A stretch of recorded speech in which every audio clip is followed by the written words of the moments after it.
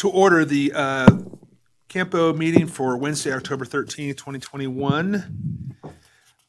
Tamar, can I get roll call, please? Sure. Chair Stedfield. Here. Vice Chair Bagwell. Here. Member Dodson. Here. Member Henderson. Member Nozad. I'm here. Oh, are you on WebEx? I am on WebEx. Okay, thank you. Member Nozad. Member Schutte. Ex officio Member Rosenberg. Here. A quorum's present. Thank you. I'm sorry, Member McQuarrie. Oh, sorry for that, Chaz. First public comment. Do we have any public comment? There are no callers on the line at this time. All right. So item 4 for possible action, approval of minutes. Do I have a motion to approve the minutes from the September 8th, 2021 meeting? I move to approve the minutes of September 8th, 2021 as submitted. Do I have a second? Second. All in favor, say aye. Aye. Aye. Those Aye. opposed? Right. Chaz abstains. Okay, so first public meeting item for possible action. Discussion and possible action regarding a formal amendment to the Carson Area Metropolitan Planning Organization's federal fiscal year 2021 to 2024 Transportation Improvement Program to program an additional $655,000 of local funding into the Colorado Street Corridor project. So Marquise, with that, I'll let you take it. Sure. Thank you, Mr. Chair. Marquise Williams for the record. As mentioned, this is an amendment to the fiscal year 21 to 24 Transportation Improvement Program to add $655,000 to the construction phase of the Colorado Street Corridor project. This was a request by Carson City. The funds here will be used to construct water utility infrastructure along with roadway, curb, gutter, and sidewalk improvements as part of the planned project. We did have a 14-day comment period, which is closed, and we received no comments. So with that, open to take any questions. Any questions? None? I just have one. So of that $655,000, is a majority of that for the water utility that's going in? I believe so, but I'll let Chris answer that. Thanks, Mr. Chair. This is Chris Martinovich, Transportation Traffic Engineer for the record. It's more or less 50-50 split, and we'll discuss this more at the next RTC meeting in regards to where the funding is coming from and what the funding is going to be used for. This action tonight is really just elevating the funding cap for the project in our TIP, allowing Carson City to continue to fund this project through CAMPO. Okay. So that's kind of the action tonight, but to answer your question directly, it's sort of a 50-50 split. Okay, thank you. All right, if there are no other questions or comments, I'll call for a motion. I move to formally amend CAMPO's federal fiscal year 2021 to 2024 Transportation Improvement Program as presented. All right, we have a motion. Do we have a second? Second. We have a motion and a second. All those in favor of the motion, say aye. Aye. Aye. Those Aye. opposed? All right, the ayes have it. Now we are on to item 6B, and we have a disclosure. 5B.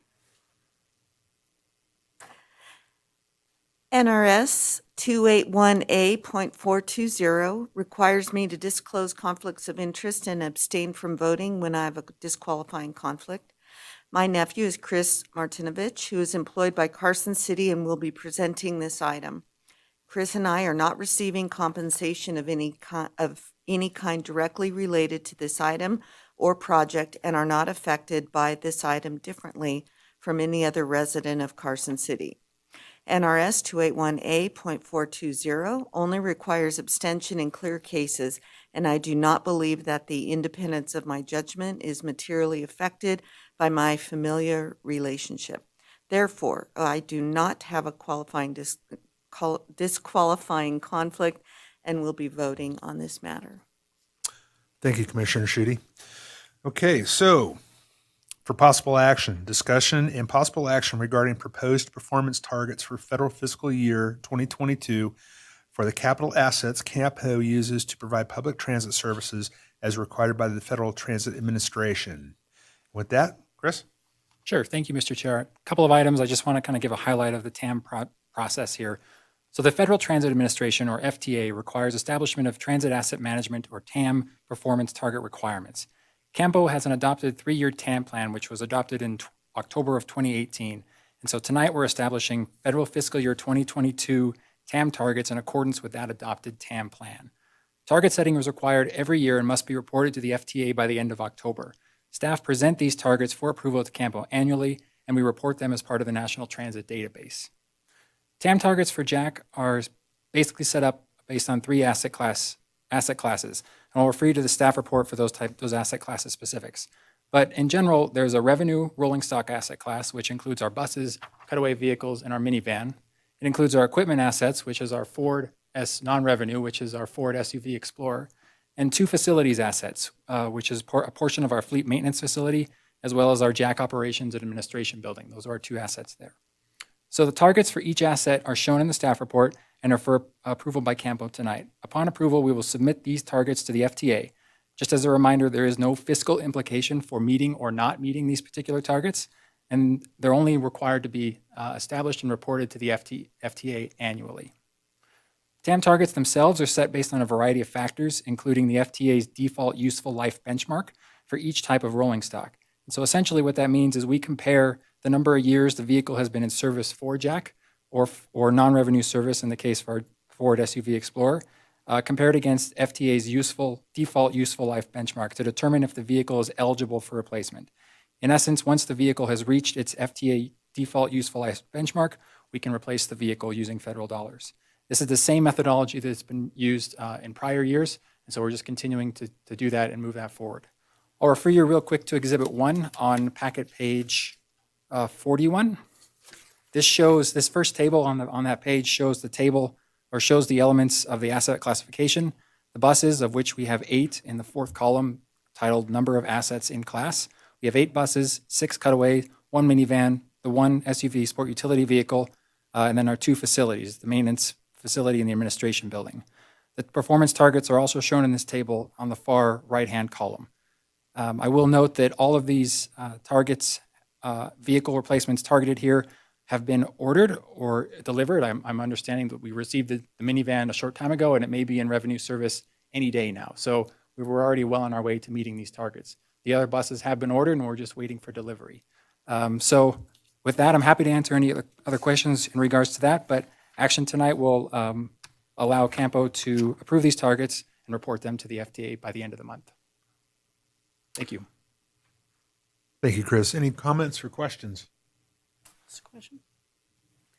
So I notice you indicate that they had been ordered. Do you see any thought that they'll be delayed because of any supply chain issues? Because I know, car manufacturers aren't manufacturing. So do we see that we may not meet the target solely because of delivery, but we'll be able to indicate we ordered? I spoke with Mike Schaefer this morning, our fleet manager. He indicated that the chassis of the buses were meant to be completed in September and sent over to the manufacturer of the buses.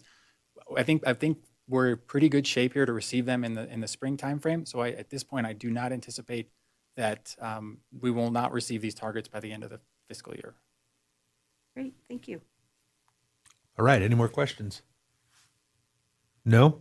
Okay, with that, I will call for a motion. I move to approve the federal fiscal year 2022 transit asset management performance targets as presented. Do I have a second? Second. All right. All in favor of the motion, say aye. Aye. Aye. Aye. Those opposed? The motion passes. And with that, we will move on to Section 6, non-action items. Chris, as I believe you are the acting transportation manager, do you have a report?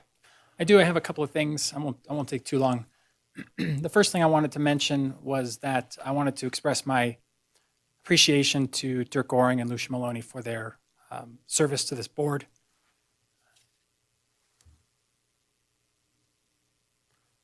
I wish they were still here. So Well, thank you. I think we all wish they were still here. Is there any, I got two more things. two All more right. things? Two more things. Sorry. Sorry. All right. Pavement survey update. I wanted to provide an update on that. They've completed all their field work. They've collected all the data, and we're waiting to receive that data, in which case we will then put it in our paver software and do a pavement report card. And so I anticipate bringing the results of that pavement survey and that pavement report card back to CAMPO and RTC in the next couple of months once that analysis has been completed. So I look forward to bringing that up and presenting that to all of you, the results of that survey. Other CAMPO items for upcoming meetings. Next month, we're going to have our annual monitoring report presentation. Marquise has been diligently working on that, so he'll be providing a presentation update on that monitoring report. We've also have Alex will be back next month and will be providing an update, results from our transit triennial audit, as well as some proposed policy updates related to addressing some of those couple of audit findings that we're already taking care of. And so we're just going to update that policy to reflect those changes. And then lastly, I think, Sandra, I believe NDOT's going to provide a presentation next month regarding some potential STIP projects. So something to look forward to as well. That's what I have for the Transportation Manager's Report. Thanks. All right. Do we have any final public comment? There are no callers on the line at this time. Very well. Any comments or thoughts from the board? Yes, Sandra. Since Chris mentioned it, I'm also going to, I don't know if they're watching or not, but I do want to express my appreciation to Lucia and Dirk. I've worked with them for a number of years. We developed a great working relationship. I wish them the best in their new roles. And we look forward to working with Chris. I wanted to note that he's already reached out to some of the planning team members, getting up to speed so that we don't miss a beat. The only thing constant in life is change, and so we look forward to continuing the relationship with CAMPO and continuing to work on the great partnership there. Thank you. Yeah, I don't have anything else. Anybody else? No? Well, I would just like to second that. I didn't have the opportunity to work very long with Lucia and Dirk, but I really enjoyed working with them and appreciate the work they did. And Chris, thank you for carrying on and your good work. I'll agree with that too. At least it was left in good hands, I think. So, with that, I will call to adjourn. So moved. So moved. We're done. Watch out.